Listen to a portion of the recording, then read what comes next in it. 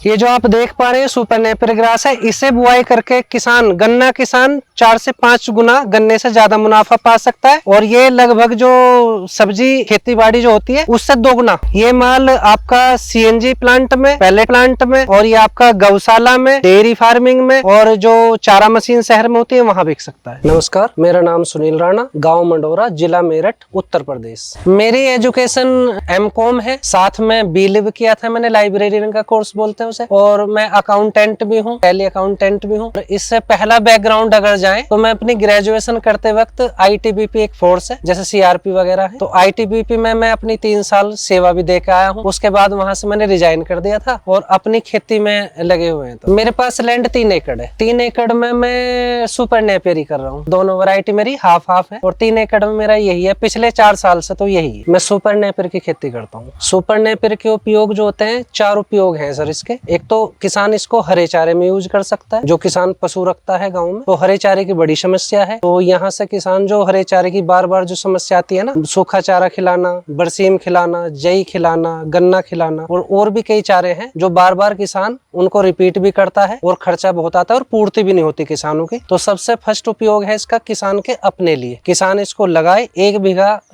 अगर किसान बुआई करता है 1 बीघा से उसके 4 पशु, दुधारू पशु भी होंगे, 4 पशु का चारा 1 बीघा से उसका पूरा हो जाता है। उसी हिसाब से किसान अपने पशुओं के हिसाब से घटा सकता है और बढ़ा सकता है। और दूसरा उपयोग है इसका जो इनकम के तौर पे देखा जाता है पशु के बाद में, तो इनकम भी किसान को चाहिए, इनकम के लिए वो कुछ ना कुछ खेती करता ही है। और नवाचार वाले किसान जो होते हैं वो ज्यादातर ढूंढते रहते हैं कि भाई कोई फसल ऐसी मिल जाए जिससे हमारी नगद की फसल भी आ जाए। तो इसका दूसरा उपयोग है जहाँ किसान अपनी ज्वार, मक्का, बरसीम और जई और हरा चारा किसी भी प्रकार का जहाँ वो सेल करते हैं मार्केट में, चारा मशीन पे, गौशाला में या डेयरी में, तो जहाँ वो इसको सेल करते हैं वहां सेल करने से उनको इनकम मिलती है। इसकी इनकम ज्यादा है बाकी सारे हरे चारों से। इसकी जो एक बार बुआई करने के बाद में ये 8 साल तक किसान के खेत में चलता है। एक बार इसकी बुआई की किसान ने और ये 8 साल इसका एक एवरेज है, उससे 1 साल कम भी चल जाएगा। अगर किसान ने गोबर की खाद डाली और ऑर्गेनिक तरीके से पैदा किया तो ये और 2 साल ज्यादा भी चल जाएगा। यानी कि 8 साल एक एवरेज है, 8 से 10 साल चलने वाला हरा चारा है, जिससे कि किसान को बार बार खेत की निराई गुड़ाई जुताई से छुटकारा मिल जाता है और ये उपज में भी बहुत ज्यादा निकलता है। ठीक है, उसके बाद में तीसरा इसका उपयोग है सीबीजी प्लांट में। जो आजकल गैस से गाड़ियां चलती हैं, सीएनजी गैस से, तो सीबीजी सीएनजी 2 टाइप की गैस होती है। तो जो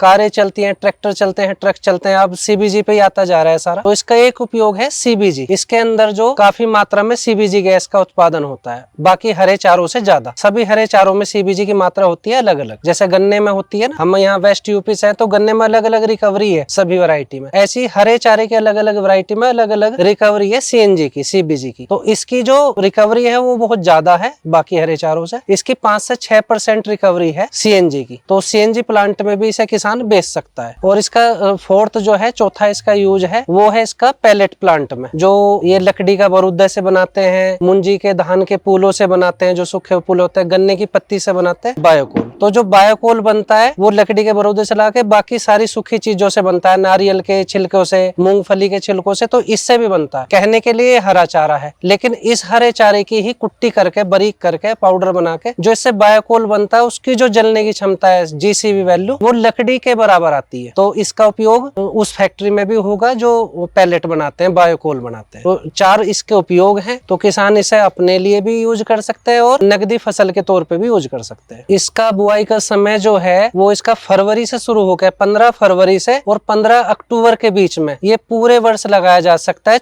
सर्दियों को छोड़ के। और एक इसका अलग फंडा ये है, यहाँ अपने यहाँ जहाँ सर्दी ज्यादा पड़ती है वहाँ इसका समय है 15 फरवरी से 15 अक्टूबर के बीच में। लेकिन जहाँ गुजरात, महाराष्ट्र, हम जहाँ साउथ इंडिया में जाएंगे वहाँ ये 12 महीने लग सकता है, 12 महीने कट सकता है। तो हमारे यहाँ जहाँ उत्तराखंड, हरियाणा, राजस्थान, उत्तर प्रदेश, मध्य प्रदेश, बिहार, यहाँ पे 15 फरवरी से 15 अक्टूबर के बीच में समय है। बाकी इंडिया में, साउथ में, वहाँ पूरे वर्ष इसकी बुआई हो सकती है। 1 एकड़ की इसकी लागत लगभग 15,000 रुपए के आसपास रहती है, कुछ कम या कुछ ज्यादा, 1,500 रुपए अप एंड डाउन। 15,000 रुपए के एवरेज में 1 एकड़ की लागत, जो किसी भी फसल को किसान उगाता है ना 1 एकड़ में, उसी के एवरेज में लगभग ये है। कोई ऐसा नहीं है कि बहुत ज्यादा इसमें खर्च होगा। तो 15,000 रुपए 1 एकड़ का खर्च है, वो भी एक ही बार है 8 साल के अंदर में। उत्पादन इसमें सीधी सी कैलकुलेट है, 1 एकड़ में 10,000 स्टिक, एक एवरेज स्टिक लगती है 10,000, 11-12 हजार भी लगती है और 8-9 हजार भी लगती है। हम 20 का एवरेज लेके चलते हैं 10,000 स्टिक का, और 10 10,000 स्टिक जिस खेत में लगेंगी उसमें हम 20% का ये भी लगा लेते हैं, नहीं होगा। तो जो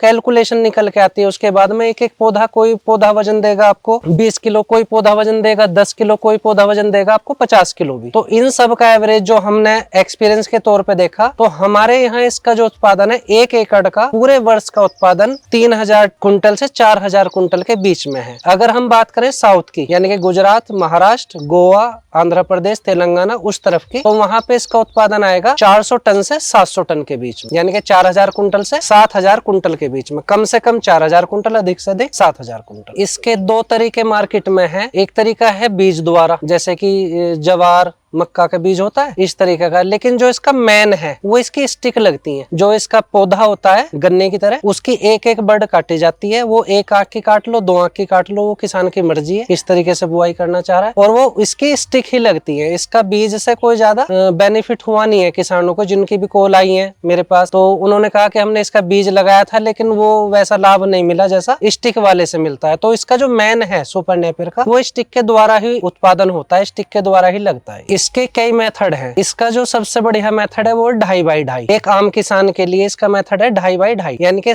कलम से कलम भी 2.5 फीट और लाइन से लाइन की दूरी भी 2.5 फीट। तो ये 2.5 बाई 2.5 पे अच्छी ग्रोथ करता है। लेकिन इसके कई तरीके, आप 3 बाई 3 पे भी लगा सकते हो, आप 4 बाई 2 पे भी लगा सकते हो। जो फैक्ट्री लेवल की है, जैसे कि किसी ने CBG प्लांट के लिए बुआई करनी है, तो वहां मशीनें चलेंगी इसमें, तो मशीनों के लिए 4 बाई 2 की भी बुआई कर सकते हैं आप, यानी कि 4 फीट लाइन से लाइन और 2 फीट कलम से कलम। वैसे आम जो इसकी बुआई है वो 2.5 बाई 2.5 फीट होती है। इसकी सिंचाई का तरीका कोई अनोखा है नहीं। किसान पहले से भी कुछ ना कुछ फसल उगाते हैं, तो इसकी भी गन्ने की तरह, गेहूं की तरह, वही आपको 10 से 12 दिन में एक पानी लगाना पड़ेगा। सर्दियों में कम पानी लगाना पड़ेगा, बरसात के मौसम में पानी लगाने की जरूरत रहती नहीं है, बरसात अच्छी खासी हो रही है तो। और जो गर्मी पड़ती है अप्रैल, मई, जून में, इसको आप 1 हफ्ते में 10 दिन में एक बार पानी सिंचाई कर दें, उससे बढ़िया उत्पादन देता है। इसमें बीमारी अभी तक कोई है नहीं, लेकिन एक छोटी सी बीमारी जो कह सकते हैं वो बीमारी भी नहीं होती। एक हरे रंग की गिंडार जो हरे रंग के पत्तों पे किसी भी फसल में आ जाती है, जैसे कोई बेल है, सब्जी की फसल है, तो हर किसी के पत्तों पे एक छोटी सी हरी एक गिंडार आ जाती है। तो उसको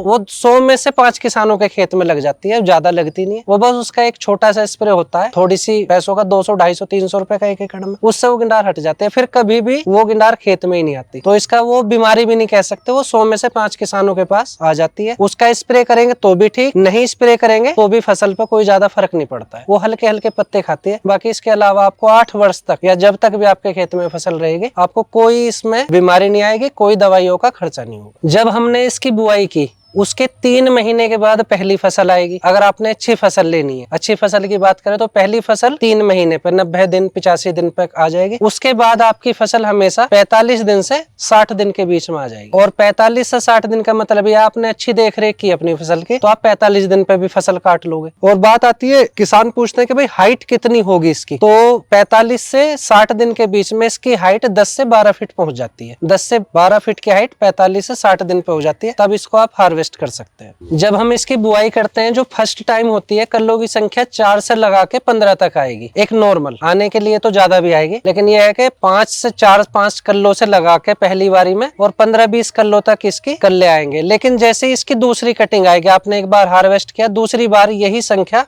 3 गुना बढ़ जाती है। उससे नेक्स्ट टाइम आप फिर इसकी हार्वेस्टिंग करेंगे, उसके बाद में कल्लों की संख्या फिर दुगनी हो जाएगी। और 3 से 4 कटिंग के बाद, लेने के बाद में, फिर प्रोग्रेस थोड़ी धीमी होती है। यानी कि अगर ऐसे ही कहा जाए तो एक जो कल्ला हमने, एक जो स्टिक लगाई, उसमें 100 से 200 के बीच में जो पौधे होते हैं, एक में 100 से 200 के बीच में ही रहते हैं। वो एवरेज है, किसी में 100, किसी में 125, किसी में 150, किसी में 160, इस तरीके से अलग अलग संख्या हर उसमें होगी। इसके जो यूज हैं पशुओं के लिए, गाय, भैंस, ये हो गया डेयरी पालन के लिए। मुर्गों के लिए भी है, ये जो मुर्गी पालन करते हैं उनके लिए भी ये चारे में यूज होता है, दाने के रूप में। और ये आपका जो है बकरी पालन में भी यूज होता है। जो बकरी पालन करते हैं वो चाहते हैं जल्दी से फैट आ जाए हमारी बकरी में ना, तो इससे फैट बहुत तेजी से बढ़ता है पशु का। इसके अंदर इतनी पौष्टिकता है, इसमें प्रोटीन है 15-16%, शुगर कंटेंट भी इसमें 8 से 10% है। तो शुगर की मात्रा के हिसाब से पशु इसे चाव से खाते हैं, अच्छे से खाते हैं। और प्रोटीन की मात्रा की वजह से और कार्बोहाइड्रेट मिनरल्स इसमें इतने हैं कि आपका पशु हष्ट पुष्ट होता चला जाता है इसके उसमें। जैसे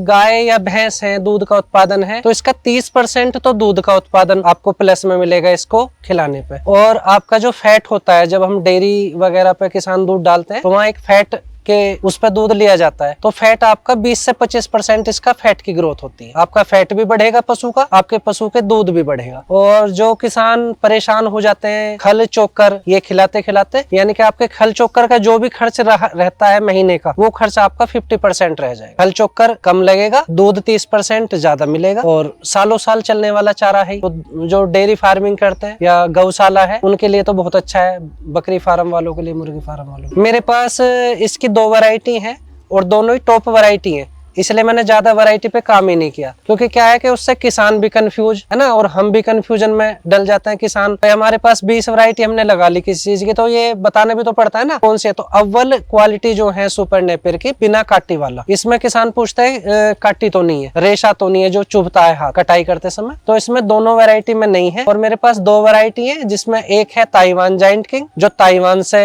आई हुई वैरायटी है, और दूसरी है 4G बुलेट थाईलैंड जो थाईलैंड की वैरायटी है, वो 4G बुलेट है। स्टिक का ये है कि अभी तो मैं बीज के काम में हूँ, लेकिन जो मेरी स्टार्टिंग हुई थी, तो कोई भाई मुझे ये ना सोचे कि मैं बिजनेसमैन हूँ या कुछ। ये तो ये है कि भाई किसान के पास कोई भी फसल है, तो अगर दूसरे किसान को उससे वो फसल लेनी है, तो चाहे वो आलू का बीज हो, चाहे वो आपका गन्ने का बीज हो, या वो आपका गेहूं का बीज हो, उसका अमाउंट पे करना होता है। और हमें वो फसल अगर लगानी है तो उस किसान से लेके हम लगा सकते हैं। तो उसी में इसका एक अमाउंट मैंने आपको बताया था, 1 एकड़ का जो सीड है वो 15,000 रुपए के लगभग का खर्च आता है 1 एकड़ के सीड का, यानी कि 10,000 स्टिक 15,000 रुपए की 1 एकड़ का। 1 एकड़ में 10,000 स्टिक के समथिंग, 1,000 कम या 1,000 ज्यादा, वो तो आपकी दूरी पर डिपेंड है। 10,000 की 10% स्टिक आपकी मर जाएंगी, क्योंकि आप कोई भी सीड बुआई करें 10%, 20%, 30% सीड क्या तो होता है, गेहूं का हो, मक्का का हो, गन्ने का हो, ज्वार का हो, किसी भी चीज का आपका सीड है, आलू का है, वो आपका लगा के 10% से 40% तक वेस्ट हो जाता है मिट्टी के अंदर। लेकिन हमारी जो स्टिक हम किसान को देते हैं, हम खराब स्टिक पहले ही यही निकलवा देते हैं, तो इसलिए हमारी जो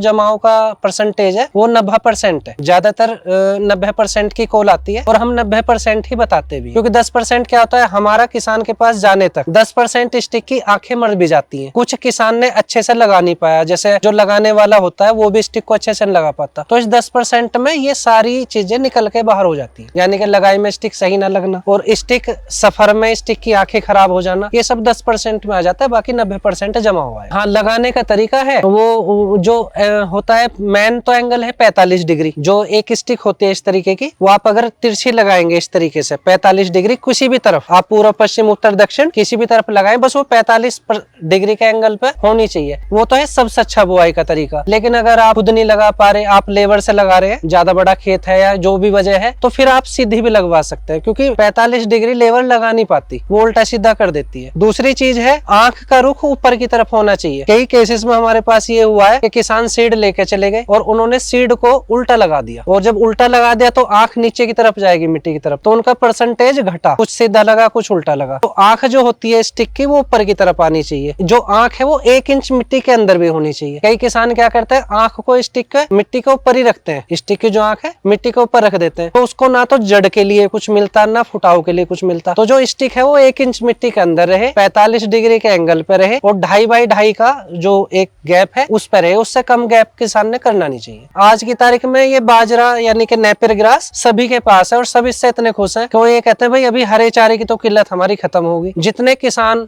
हजारों किसान सीड लेके गए हैं, जिनके पास 15-15, 20-20 दूध वाली भैंसे थी, गाय थी, वो भी ये कहते हैं कि हम लगभग पूरा वर्ष हरे चारे, सूखे चारे में लगे रहते थे, और अभी हमारा 1-2 एकड़ से ही उनकी पशुओं की पूर्ति होगी। तो हरे चारे पर मैं इसलिए आया कि हरा चारा हिंदुस्तान में आज समस्या बन चुका है कि हरा चारा है नहीं, पशु रखें कैसे, दूध मिले कैसे। तो पशु गांवों में कम होते जा रहे हैं, वो हरे चारे की कमी में होते जा रहे हैं, और जब आदमी के पास हरा चारा होगा तो वो पशु भी रखेगा, पशु रखेगा तो दूध का उत्पादन भी बढ़ेगा। डिमांड इसकी ये आप मान लीजिए, जैसे गन्ने की डिमांड है ना, अभी शुगर फैक्ट्री है हमारे यहाँ, हर 10 किलोमीटर पे एक शुगर फैक्ट्री है, लगभग 10-12 किलोमीटर पे एक शुगर फैक्ट्री है। और गन्ना किसान को कुछ बच नहीं रहा, लेकिन फैक्ट्री है तो इसलिए वो बोले रहा है कि मेरा जो भी है जितना भी होगा वो चला जाएगा फैक्ट्री में, और हरा चारा मिल जाता है उसे कुछ, इससे पशु पशुपालन के लिए। लेकिन अब इसके जो CBG प्लांट जो लगते जा रहे हैं, जो गवर्नमेंट की स्कीम भी है, 70% बैंक लोन भी है, तो अभी मेरे पास में जीतपुर, मोहनीपुर, भंगेला एक जगह पड़ती है खतौली के पास में, एक जगह और पड़ती है, तो यहाँ CBG प्लांट लगते जा रहे हैं। हम आते हैं दिल्ली NCR में, तो पूरे भारत में जब भी कोई चीजें शुरू होती है ना, वो सबसे NCR में पहले आती है। लेकिन अभी इसके पूरे भारत में प्लांट लगते जा रहे हैं गैस के, CBG बनाने वाले, और ये गैस इससे बनती है, तो ये गन्ने की जगह ले सकता है, अभी लेता हुआ जा भी रहा है। लेकिन एक गन्ना किसान को एक राहत की फसल अगर कोई है तो वो सुपर नेपियर ग्रास है। अपने पशु के लिए बाजार में बेच सकता है, गौशाला डेयरी फार्मिंग में बेच सकता है, और पैलेट प्लांट और CBG प्लांट को भी बेच सकता है। लेकिन इसमें अभी क्या है सर, थोड़ा समय लगेगा। जैसे जैसे प्लांट लगते जा रहे हैं वैसे वैसे नेपियर की बुआई होती जा रही है। 4-5 साल पहले कोई पूछता भी नहीं था, लेकिन आज ये है कि नेपियर पे आप जाएंगे ना, रिसर्च करेंगे, तो अभी तो काफी तो 5-10% तो बढ़ भी चुका। मेरा जो नेपियर है ये एक तो हरे चारे में जाता है, जो कस्बों में चारा मशीन होती है ना, हम उनको अपना पूरा काट के भेज देते हैं ट्रॉली में भर के, तो वहाँ हमारा नगद में बिक जाता है। एक तो ये है, दूसरा मेरा सीड का काम है, और तीसरा मेरे खुद के पशु हैं, गिर गाय है मेरे पास में, तो गाय भी मुझे कहीं चारे के लिए नहीं जाना पड़ता, अपने पशु पलते हैं, बाजार में हरे चारे में बेच लेता हूँ। और जो किसान मुझसे सीड लेना चाहते हैं उनको हम इसकी स्टिक भी ऑल इंडिया, पूरे भारत में जहाँ भी कोई बोलता है वहाँ हम पहुँचा देते हैं। यहाँ जो हम जो दे रहे हैं, अगर किसान इसको बेचता है बाजार में हरे चारे में, तो इसका रेट वही मिलता है जो ज्वार और मक्का का मिलता है। मक्का से थोड़ा डाउन मिलेगा, क्योंकि अभी इसके बारे में ज्यादा पता नहीं है मशीन वालों को भी। तो ज्वार के रेट में बिकता है, यानी कि आपका 180-200 रुपए से लगा के 400 रुपए के बीच में भाव, हरे चारे का कभी टिका हुआ भाव नहीं रहता, तो लगा के 180-200 रुपए से 400 रुपए के बीच में अप डाउन इसका भाव चलता रहता है कुंटल, ठीक है जी। और हर जगह का अलग अलग रेट है। हमारे यहाँ का रेट मैंने आपको बता दिया, ये आपका गुजरात का, महाराष्ट्र का, दिल्ली का रेट अलग मिलेगा, हरियाणा का रेट अलग मिलेगा, लेकिन ज्यादातर 200 से 400 के बीच में हमारे यहाँ भाव रहता है। अगर आपका जाता है ये पैलेट प्लांट पे, तो आपको ये 90-100 रुपए कुंटल जाएगा, यानी कि आप इसका एक एवरेज 100 रुपए कुंटल ले लीजिए। अगर वहां जाता है 100 रुपए कुंटल, लेकिन वहां आपने तब भेजना है जब आप इसको बड़े स्केल पे कर रहे हैं। और मैंने आपको बताया, जैसे आप सुनते हैं 100 रुपए कुंटल, तो किसान सोचता है 100 रुपए कुंटल क्यों दूंगा, गन्ना 400, 350, 400 रुपए कुंटल है। लेकिन ये मैंने बताया आपको, ये 1 एकड़ में गन्ना निकलता है 300, 400, 500 कुंटल, ये निकलता है 3000 से 4000 कुंटल। मेरे यहाँ अपनी वेस्ट यूपी में जो एकड़ है, या जो यहाँ मिट्टी का जो है सिस्टम, उसमें निकलता है 3000 से 4000 कुंटल। तो उसके आप अगर कैलकुलेट करेंगे ना 1 रुपए से भी, तो भी गन्ने से 3 से 4 गुना पैसा ये किसान को देगा। दूसरी चीज है कि गन्ने में रोग बहुत ज्यादा है, गन्ने की लागत बहुत ज्यादा बढ़ चुकी। आप इसकी कटिंग 100, 150, 200 रुपए पे एक कटिंग ले लें। समझने के लिए ऐसा समझो, आप 1 एकड़ में आपकी अगर लगभग 600-700 कुंटल भी एक बार की कटिंग आई, तो आपका 1 एकड़ का खर्चा लगभग 1000 रुपए के डाउन रहेगा। और वजन कितना आपका आ रहा है, जितना 1 एकड़ गन्ने का भी नहीं आ रहा। 2 महीने में वो गन्ने के 12 महीने जितना वजन, गन्ने का 12 महीने का वजन सुपर नेपियर का 1 महीने का वजन बराबर सा होता है, बल्कि थोड़ा प्लस ही होगा। हाँ, रेट डाउन है तो उतनी इसकी वजन ज्यादा है, तो ये 4 से 5 गुना फायदा गन्ना किसान को 100 रुपए कुंटल में भी देगा जब फैक्ट्री में जाएगा। इसका जो टेस्ट है, इसका टेस्ट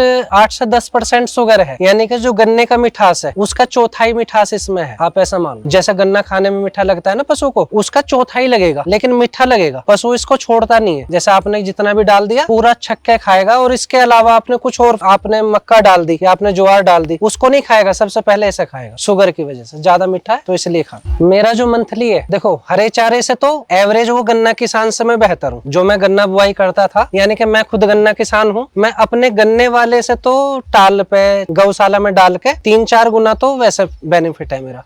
लेकिन जब आती है बीज की बात, भाई जो किसान मुझसे बीज भी ले रहे हैं, तो लगभग मेरा ऑल इंडिया में सीड जाता है, तो उसको देखा जाए तो मेरा 35 से 40 लाख रुपए सीड से भी आ जाता है हर वर्ष। हाँ, मतलब अगर बीज से भी हटके मैं देखूं तो मैं आम किसान से बहुत बेहतर हूँ। अगर कोई किसान भाई इस फसल का बीज लेना चाहता है हमसे, तो नंबर दिया हुआ है नीचे, उस नंबर पे हमसे संपर्क कर सकता है। व्हाट्सएप और कॉलिंग नंबर एक ही है हमारा, वो संपर्क कर सकता है, हमसे बात कर सकता है। बस जितनी वो जानकारी हमसे चाहता है हम उसे पूरी संपूर्ण जानकारी देंगे, वीडियो कॉल के माध्यम से भी और कॉलिंग के माध्यम से भी। जैसी भी जानकारी जो किसान लेना चाहता है इसके बारे में, वो हम उन्हें देंगे। जो दिया हुआ नंबर है, इस नंबर पर वो हमसे संपर्क कर सकते हैं। हम इसकी काटी के बारे में बात कर रहे थे कि भाई इसमें रुआं होता है, काटी होती है, जो रेशा चुभता है हाथ पे, तो मैं आपको वो दिखाता हूँ कि इसमें रेशा रेशा कहाँ होता है। ये एक पत्ता है, इस पत्ते पे एक तो रेशा होता है। यहाँ आप ऐसे तो हाथ घुमा सकते हैं, लेकिन ऐसे नहीं घुमा सकते। आप देखेंगे किसी भी पत्ते पे उल्टी साइड हाथ घुमाने पे रेशा चुभता है। दूसरा होता है इनके यहाँ पे काटी होती है, तो यहाँ भी हम ऐसे उल्टा सीधा हाथ ऐसे भी घुमा सकते हैं, और कहीं पे भी पत्ते पे भी कहीं पे भी आपको रेशा नहीं मिलेगा, एकदम बिना काटी का चारा है। हम जो इसकी बुआई के बारे में बात कर रहे थे, नेपियर के बारे में बात कर रहे थे, अभी मैं आपको दिखाता हूँ कि इसके जो बीज होता है ना, इसका जो सीड मिलता है, वो इसका सीड ऐसी स्टिक मिलती है। इसके पीस होंगे और ये आपको मिलेगा। तो इसका 1 पीस, 2 पीस, 3 पीस, 4 पीस, इस तरीके से पीस होता है। और ये जो आँख है ना, ये मिट्टी के अंदर 1 इंच जाती है। ये वाली ये आँख मिट्टी के अंदर इतनी जाएगी। ये इस तरीके की स्टिक आपको बुआई के लिए मिलती है, इनसे बुआई होती है। अगर नेपियर की हाइट की बात करें तो हाइट तो नेपियर की 20, 25, 30 फुट तक भी जाती है, लेकिन वो टाइम लिमिट के हिसाब से जाती है जब सीड तैयार करते हैं। लेकिन जब आप इसको हरे चारे में खिलाते हैं ना, जैसे हरे चारे में है, अभी इसकी हाइट, मेरी हाइट 6 फीट है और 6 फीट पर मेरे हाथ 8 फीट तक चले जाते हैं। 2 फीट मेरे हाथ, 6 फीट मेरी हाइट, 8 फीट के ऊपर भी आप देख सकते हैं कि अभी इसकी लगभग 70 दिन की एज है और 70 दिन में इसकी हाइट कितनी है। ये एक आइडिया अगर मैं आपको बताऊं तो 8 और 4 12 फीट के आसपास इसकी 70 दिन में हाइट है। जैसे हम इसमें बात कर रहे थे, सुपर नेपियर में एक स्टिक से बहुत सारे कल्ले पैदा होते हैं। तो उसमें आपको ये डेमो के तौर पे है, जो हमारी फसल खेत में खड़ी है। तो ये अभी हमने 6-7 दिन पहले कटिंग की थी इसकी हरे चारे में, और 6-7 दिन के बाद इसके कल्लों की संख्या ये दोबारा से फूट के फिर चल गई। और ये लगभग 50 दिन पे, जिस दिन कटी थी उसके 50 दिन के बाद में ये जो है दोबारा कटिंग पे आ जाएगी, हार्वेस्टिंग पे। और ये एक स्टिक हमने यहाँ बीच में लगाई थी ऐसे, इसके चारों तरफ जितनी भी ये है ये फूट के आई हैं। और ये इसकी चौथी कटिंग है। आप इसका आकार देख सकते हो, ये डाया इसका, ये डाया लगभग 3-4 फीट का डाया है इसका, और ये एक स्टिक का है। इसी तरीके से इसका उत्पादन बढ़ता चला जाता है। ये लगभग 50 दिन में तैयार हो जाएगा, जिस दिन से कटा था। अभी 6 दिन का हुआ है, 3 फीट के बाद में बहुत तेजी से बढ़ता है।